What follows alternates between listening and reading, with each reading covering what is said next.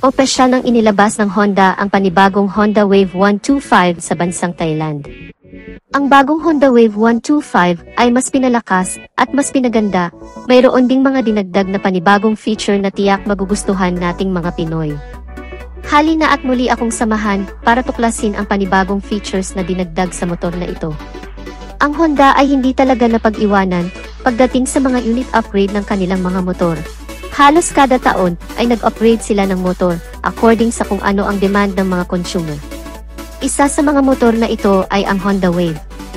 Anyway, available na pala sa Pilipinas ang upgraded version ng isang smaller displacement from Honda Wave family, ang Honda RSX 110.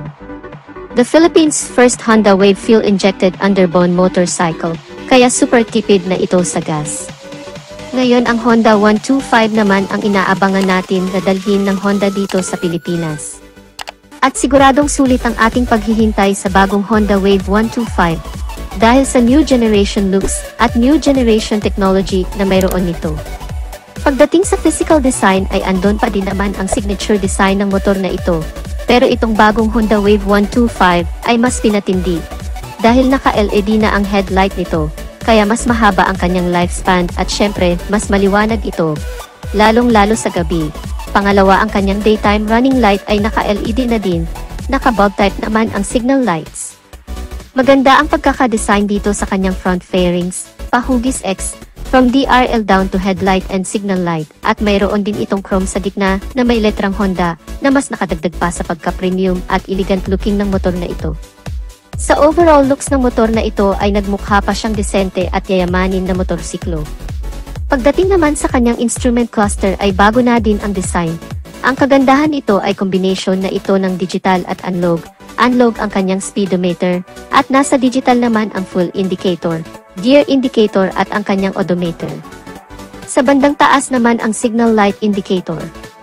Mapapansin mo agad ang signal lights dahil hiwalay ang indicator nito. Meron din itong engine warning indicator, at medyo wide ang instrument cluster nito, kaya madali mong makikita ang mga indicators. Kapansin-pansin din na mas gumanda pa ang design nito kumpara sa mga previous version. Mayroon na din itong front pocket na pwedeng paglagyan ng cellphone, gloves, pamunas, mga barya, at kung ano-ano pa. And for the record, ito ang kauna-unahang underbone ng Honda na may front pocket, kaya mas convenient itong gamitin sa pang-araw-araw. Pagdating naman sa kanyang ignition ay meron na din itong shutter lock, kaya hindi na ito basta-basta makakalikot ng ibang tao. And aside sa ignition, dito na rin ang bukasan ng underseat compartment kaya mas easy access na. Mayroon naman itong 17 liters of capacity ng underseat compartment, at kasya ang isang half-face na helmet, medyo lumaki compare sa previous version. Katabi naman ito ay ang fuel tank access. Mayroon naman itong fuel tank capacity na 5.5 liters. Medyo malaki-laki na rin ito para sa isang 125 na motor. And speaking of fuel, mayroon naman itong average fuel consumption na 71 km per liter. Napakasulit ang motor na ito dahil sobrang tipid sa gas. Perfect ito para pang negosyo, pang service sa araw-araw.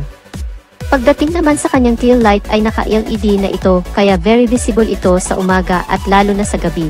Pahugis X ang design nito at pang-premium talaga ang datingan. Ito pa lang ang kauna-unahang version ng Honda Wave 125 na naka-LED ang mga ilaw kaya mas premium tingnan. Naka-emboss din ang logo nito na color silver na Wave 125 kaya mas cool na tingnan. Pagdating naman sa muffler ay mayroon na itong heat guard kaya mas safe na.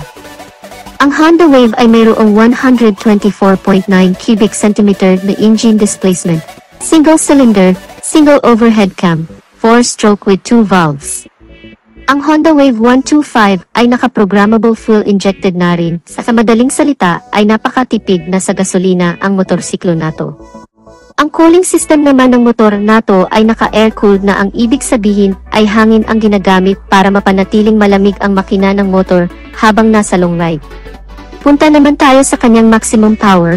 Mayroon itong 9 horsepower at 7,500 revolution per minute. At mayroon naman itong maximum torque of 10.1 Nm of peak torque at 5,000 revolution per minute with a compression ratio of 9.3:1. Mayroon naman itong bore and stroke na 52.4 mm by 57.9 mm. Proceed naman tayo sa kanyang overall dimension. Ang haba ng motor nato ay nasa 1,931 mm at may lapad na 711 mm at may taas na 1,090 mm. Pagdating naman sa kanyang ground clearance ay mayroon itong 135 mm with wheelbase of 1,258 mm. Pagdating naman ng sukat ng kanyang gulong ay 70 by 90 by 17 sa harap, 80 by 90 by 17 naman sa likod. At naka-tubeless na ang naka-max version nito, habang yung naka-rem type naman ay naka-tube type pa din. Pagdating naman sa kanyang suspensions ay naka-telescopic fork sa harap at naka-dual shock naman sa bandang likuran. Pagdating naman sa kanyang starting system ay naka-electric start at kick start. Braking system ay naka-hydraulic disc brake sa harap at naka-drum brake naman sa likod. Mayroon naman itong bigat na 106 kilograms. Sa naka-mags may apat ito na color variation, ang red-gray, gray-blue, white-red, at ang black-gray. Sa naka-spoke type naman meron itong tatlong color variation, ang red-blue at ang black. Pagdating naman sa kanyang price, yung naka-rem type sa Thailand ay nagkakahalaga ng 54,300 baht equal at kung direkta nating i-convert sa Philippine peso ay nagkakahalaga ng 83,830 pesos. Yung naka-mags type naman ay 56,500 baht equal at kung direkta nating convert into Philippine peso ay nagkakahalaga ng 87,249 pesos. Paalala lang, ang price na nabanggit natin sa Philippine peso ay hindi pa ang exact price ng motor. Maari pa din itong tumaas o bumaba kung sakaling dadalhin na ng Honda ang bagong motor na ito sa Pilipinas. So ano ang masasabi nyo sa bagong Honda Wave 125 2023 version? Don't forget to leave a comment in a comment section down below. So dito na natin tatapusin ang ating video mga kamoto. Kung bago ka pa lang sa channel ko at hanap mo ay mga ganitong video content ay mag-subscribe ka na sa aking channel.